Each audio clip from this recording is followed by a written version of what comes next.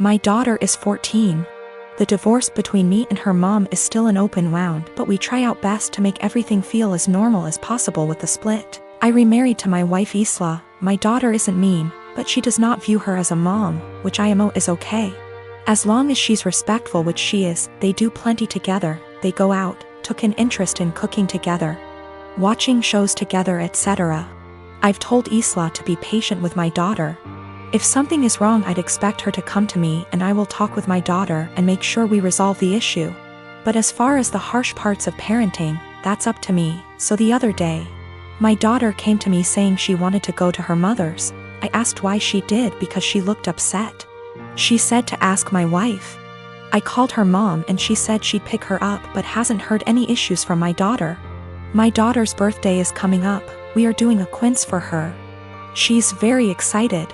So Isla went to my daughter, saying that she wanted to have a quiz just with us, meaning without her mother or her family. When my daughter said she wanted her mom there, especially because of how big of a deal this is. And Isla was pretty much trying to force the issue and telling her that she can do one here and just as big. My daughter asked why she's trying to leave her mom out of such an important event. And Isla got mad at her for that and accused her of being bratty, and if she wants her mom so bad she should go there. I was so confused. What argument even is that? First of all, there's a reason she went behind my back and told my daughter. Second of all, she's not my kid's mother. And the more she tried to replace her, the more my daughter will resent her.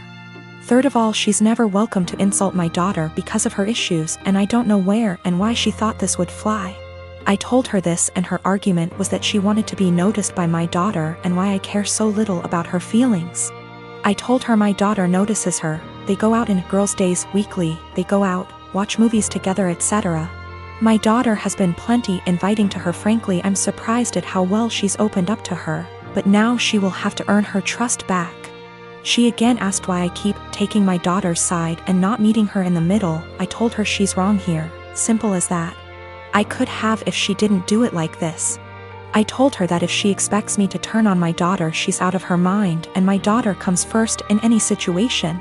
She started crying and accused me and saying she's in second place, to which I confirmed. I would never want her to put me over a kid. She left and now isn't speaking to me. V asked my daughter if this behavior was consistent. She said that she feels like Isla makes it a point to not talk about her mom, but nothing this extreme. My wedding was September 21st, 2019. We had a fairly decent-sized wedding. My cousin, on my stepdad's side, we are not close whatsoever. And her boyfriend have only been dating not even 6 months at this point. I've met the guy once before my wedding and he never shows up to any family functions. We're all having a great time at my wedding. My husband and I are mingling with guests while everyone dances. The next thing I know is my cousin's boyfriend asks the DJ for his mic and goes to the center of the dance floor saying he has an announcement to make and calls my cousin over. So, I rush over and say, nope, no one is getting engaged during my special day, especially during my reception. You can get engaged later tonight, but not right now. It's my day. Thank you for understanding, and I go to walk away. My cousin starts puffing and my aunt, her mom, starts yelling at me and calling me an entitled brat. It causes a huge fight and they all end up leaving. My mom, stepdad, dad, and stepmom all are on my side and were even pissed that they think it's okay to do that during a wedding they all paid for. My nana, stepdad's mom, says I was wrong and told me to apologize and call them over and allow him to propose. Needless to say, it didn't happen. Flash forward to Christmas. It was terrible. My stepdad's entire side were rude and ignoring my husband and I. And of course, guess what happens? My cousin and her now fiancé announced their wedding date, September 21st, 2020. I'm beyond pissed and so not planning to go. It's my damn 1-year wedding anniversary. My family is upset that they would do that to piss me off for not allowing them to get engaged during my reception. My cousin says they chose to get married on their 1-year engagement anniversary. Either way, regardless of the real reason, I'm still upset. Of course, my nana is super excited. My father is a dick. When he got my mother pregnant, he wanted her to quit her job and just stay home to be a good little wife and mother. He is very well off due to a trust fund and he doesn't really need to work. My mother refused and divorced him. Because of a prenup, she got very little and he moved back to Europe.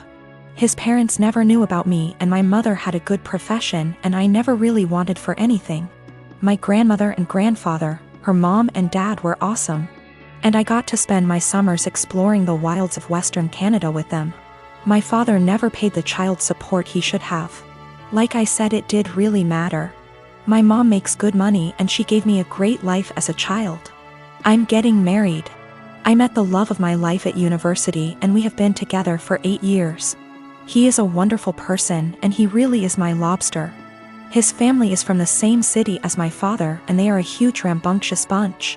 Because of a lot of intermingled business and personal relationships, my parental grandparents found out about my impending wedding, and me I suppose. They have been in contact and want to come to Canada to meet me and my fiancé, who I guess is a grandson of an acquaintance of theirs. Small world. When they found out that my father had basically abandoned me to fend for myself in this world, this is honestly how they see it. They were pissed to say the least. It is very funny because we are decidedly upper middle class here. So long story short, they had their lawyer calculate the amount of child support my father should have paid with interest, and the cost of my post-secondary education. They then gave me this as a gift.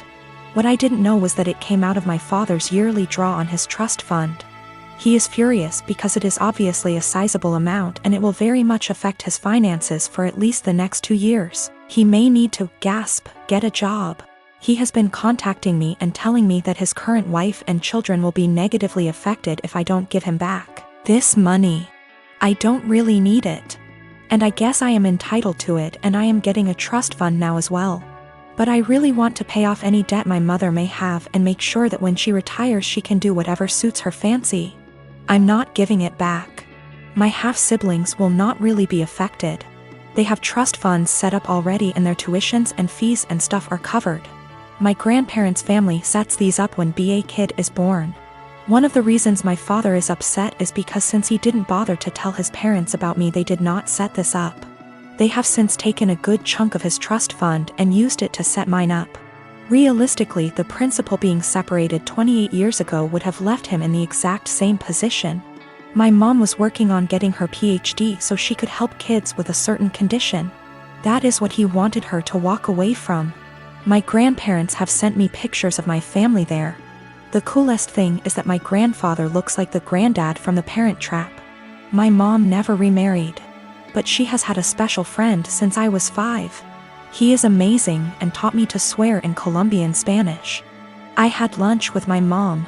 Apparently she has no debt. Like at all.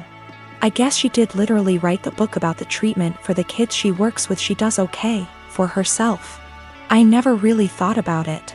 We decided that what would be best is to set up a scholarship for people who want to go into her field of study. Since I am now a trustafarian, I can afford to do this. I am however going to book her and her friend a trip for after my wedding. And I am going to go pay off my car. My half-brother has posted about this. He has a slightly different viewpoint than myself. He is not in any way coming after myself or my mother. He is a young man who is disillusioned with his father. I am a 28 years old male, my partner, woman 34 years old, and I have been together for 5 years. She has a daughter, she's 8, from a previous relationship.